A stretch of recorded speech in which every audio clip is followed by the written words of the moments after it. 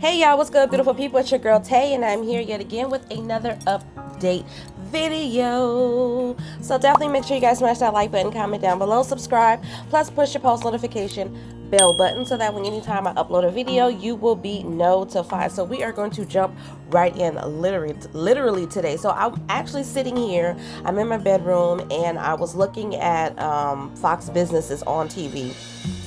And they were, when I tell you guys, they are bashing President Joe Biden. They are bashing him. They are not saying anything positive about him. And so I kind of wanted to share just a couple of their thoughts with you guys and see how you guys feel about that. One of the things that they said is that, you know, his polls are dropping significantly higher than any other president that they've seen as of lately. All of his polls are dropping, and they're saying she's not a young lady, I'm looking at her, but one of the people on the panel said that people are losing confidence in his competence.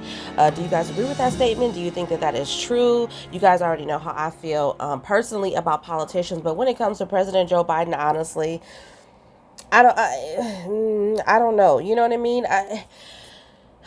I've said this just recently, you know what I mean, and I hold true to it. I really do think that they need to get some younger people with fresh minds and fresh ideas, fresh theories, all of that into the office. Now, when I say younger, I don't mean a 19-year-old, obviously. I don't mean someone that is in their 20s, someone who's still trying to figure out who they are. You know what I mean? But I think that there is a certain age range in which they should be looking at for a president. Now, I'm not saying that to say that older people don't have the capacity to do this job, but I feel like with these last few presidents, minus Obama, their mental capacity is not at 100%. And unfortunately, I do feel, I felt this way when Biden started running for president. You know what I mean? I felt like, you know, he's a little bit older, you know, and then when you're watching him, when he's speaking, he's stuttering over his speech. You can see he kind of loses himself, you know what I mean? Things of that nature. So there's a lot of stuff that is going on. I will say that I agree with them when they're saying that there's a lot of chaos going on. There's chaos at the gas station. They said there's chaos in the grocery store.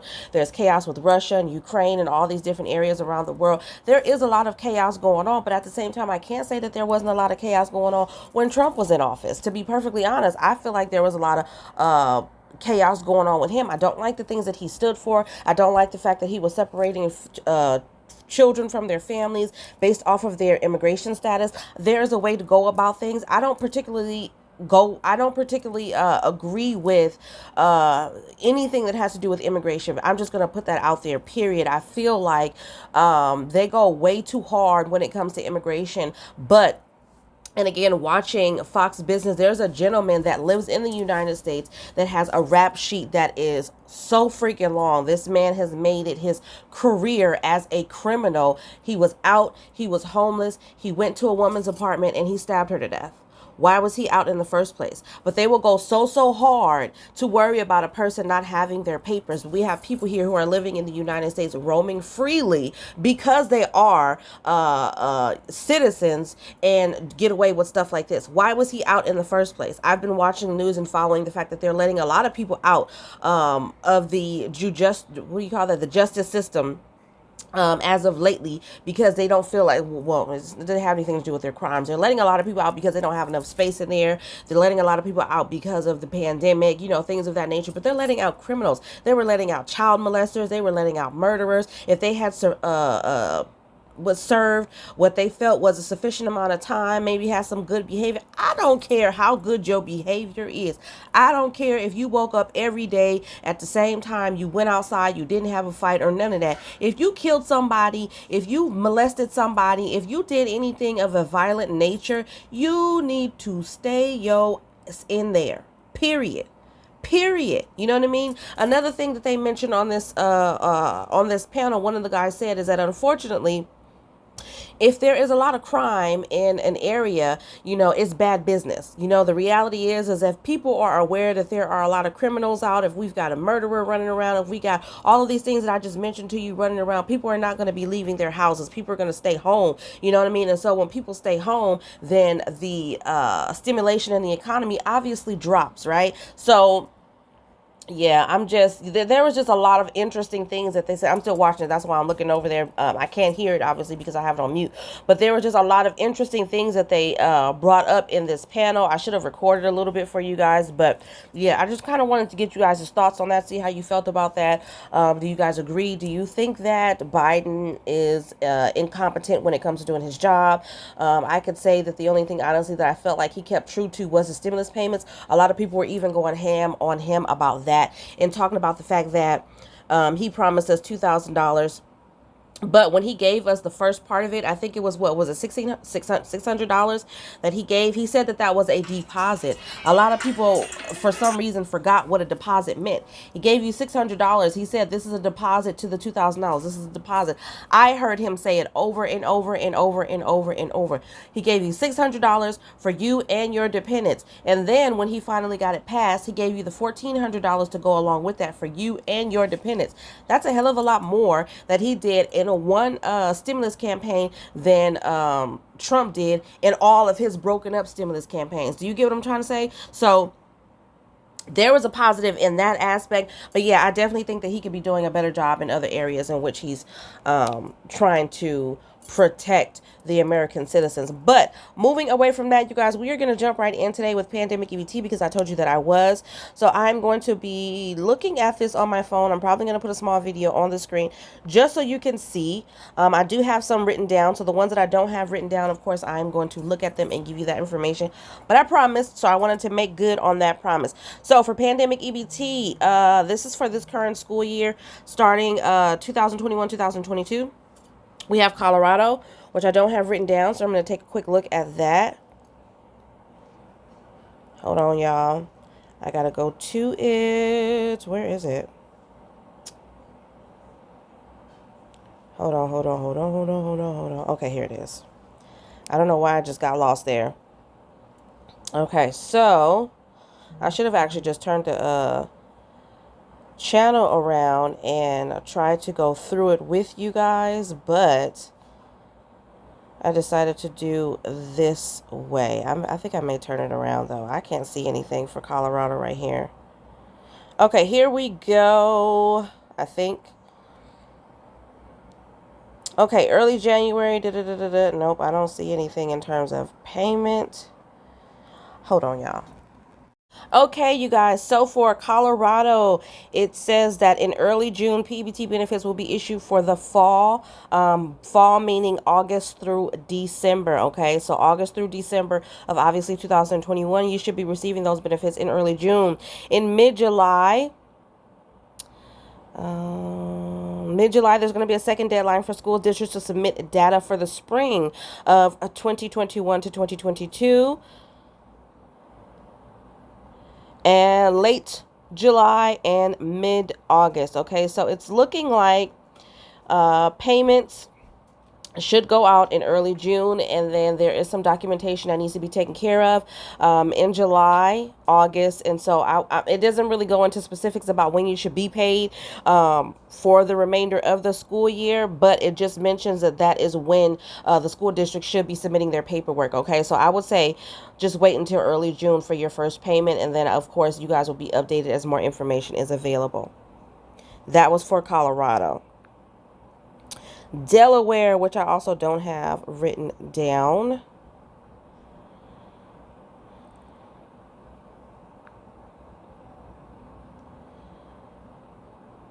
Okay, tentative PBT issuance schedule. February the 3rd for August and September. So February the 3rd for August and September. February the 17th. March the 3rd, March the 17th, April the 7th, April 21st, May 5th, May 19th.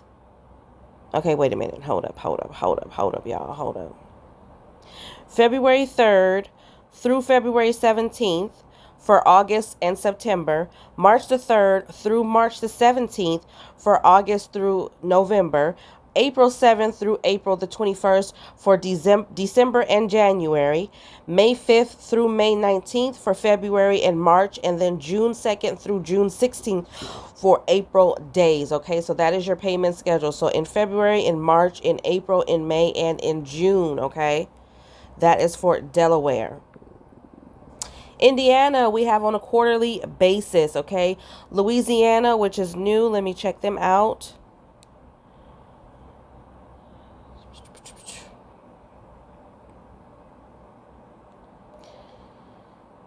Why is it downloading?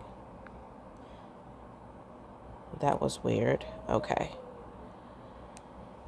It decided to download on me instead of actually just showing me the document, which is strange. School, okay, hold on. I'm not really seeing anything in terms of payment information for Louisiana.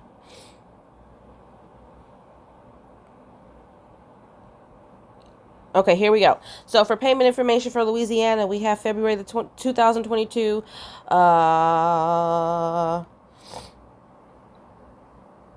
February, you should receive payments in February, March, April, May, and June. Okay, so pretty much starting this month all the way up until June. For February, it's going to be for August through October. For March, it's going to be for November through January. For April, it's going to be for February to March.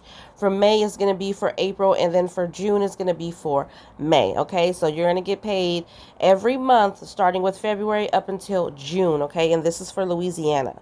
Doesn't say a specific date. It's just given the month. We have Michigan in March 2022, you're going to start receiving payments next month, and then it's going to continue on monthly. We have Minnesota. You're going to start getting payments this month in February, and it's going to continue in June, in July, and then possibly in August if necessary, okay? We have New Mexico. It's going to start at the end of January in 2 payments. So actually, New Mexico, you should have already received your benefits. So check your cards if you haven't already. North Carolina, it's going to start or should have started at the end of January and possibly the beginning of February. Now, it doesn't go into specifics to say if they're going to do 2 separate payments or if it's going to be one lump sum. But check your cards in North Carolina. Ohio, it says it should have started in December, okay? And it's going to continue on a monthly basis for Ohio. Rhode Island, do I have Rhode Island written down here? No. I don't. Okay, so for Rhode Island, let's take a quick look at that.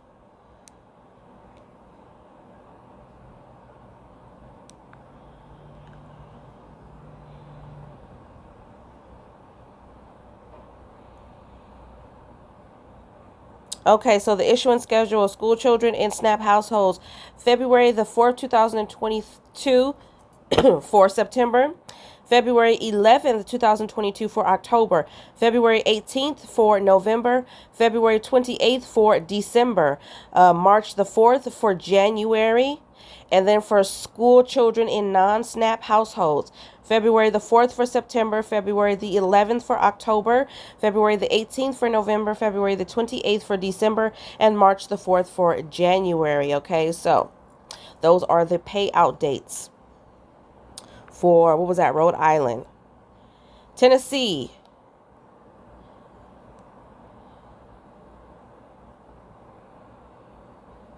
I don't see the plan approval here. I just see that Tennessee has been approved, but I don't see the plan approval here for this current school year, but just know that Tennessee has been approved. I'm definitely going to do this video again, or at least this portion of it in a separate video. I'm going to have it written out next time so I don't have to search with you guys on camera. Vermont, which is also not written down, but they have been recently approved. Hopefully they have some information available for you guys. I do see a school plan here. By the way, I'm looking at the USDA website.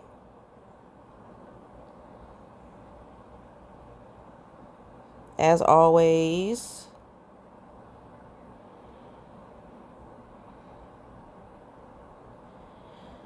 I'm not seeing any payout information for Tennessee as of yet.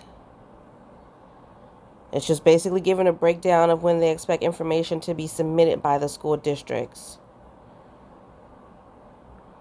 Okay, hold on. So here it says that the first round of pandemic EBT benefits should be issued for September through January. Now, it's not saying when it should go out, but it gives you a breakdown by day. So it says day 1, the plan approval is received.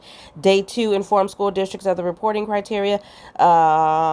Basically, day 75, the first round of PEBT benefits should be issued for months, September through January. So count 75 days. It's not giving you an issuance date. It's just saying the 75th day. So count 75 days from the first day in which the plan approval was received. Now, let me see here if I do see a plan approval was received on January the 27th. So 75 days from January the 27th of 2022 is when you should receive the first payout for the benefit months. Was it September through January?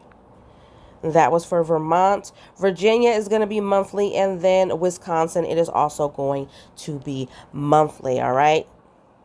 Now, moving on, I know I pretty much talked you guys' ear off at the beginning about President Joe Biden, but I did want to give you guys some positive news, some more positive news as soon as my app decides that it wants to come on, because right now it's glitching on me. Did anybody experience any like technical glitches yesterday? I don't know what was going on. It was lightning, it was raining, it was thundering out here, and my devices were just going haywire. I have no idea why, but they were.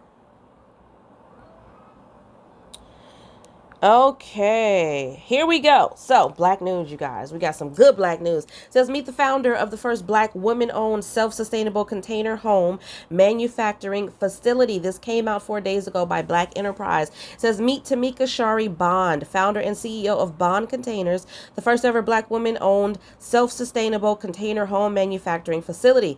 This is in a bid to provide clients with homes that are strong, affordable, and self-sustainable. It is common knowledge that there is a high demand for homes that are both safe and affordable. With issues such as the pandemic alongside other circumstances, this has only been a dream for some people. Bond Containers is, however, set to make this dream come true. The construction company is set to build homes that are strong, affordable, and stylish. With Bond Containers, clients will be getting homes that are not only affordable, but also features an off-grid backup system in the event of a natural disaster. These affordable modular homes that can be built in as little as 3 to 4 weeks are part of Bond Containers' goal to join in the global modular construction market size that is expected to reach $175.2 billion by year 2025. Okay, Bond Containers is therefore giving investors an opportunity to own shares in this first black women-owned self-sustainable container home manufacturing facility. Purchasing shares via there's a website here, startengine.com/bond-containers. Okay, so the website again is startengine.com/bond-containers. Gives clients and supporters an opportunity to join the company in mass producing self-sustainable, affordable housing worldwide. I have to say, I have been following or watching like certain channels on YouTube and doing a little bit of investments. I did actually tinker around with the idea of purchasing one of these container homes, but I mean, I have a pretty large family. I have 6 kids, so I mean, we would need like 7, 8 of those containers, and for me, it was like, it's kind of pointless. At the same time, I don't like feeling small and congested, but if I had to, you know what I mean, if it was a smart way to go, which obviously it is, I would definitely do it. I mean, getting a home built in 3 to 4 weeks, having an off-grid system available in the event that there's a natural disaster, especially if you're living in these certain states where they always having electric issues. Whenever there's some type of storm, people are without power and heat and things of that nature. I think that this is absolutely great. And what's even more wonderful about this idea is the fact that it is black owned and a woman. Okay, so not only is she an African American, she is a woman, and I could not be more proud of this woman. Okay, so I just want to leave y'all, like I said, on this positive note. At any rate, you guys, as always, I hope this information was in some way helpful or useful to you guys in the least little bit. I will put a small clip right here in this video to let you know what states have currently been approved as of today, which is Wednesday. Happy Hump Day, you guys, for emergency SNAP maximum benefits for the month of February. Okay, so any additional states that may have been approved between yesterday and today, you should see them on the screen. Other than that, you guys, don't forget to live, love, and elevate. Definitely smash that like button if you haven't already, because it does help to let YouTube know that you like what I'm doing and you want me to stick around. And I will definitely see you guys in my next video. Peace, y'all.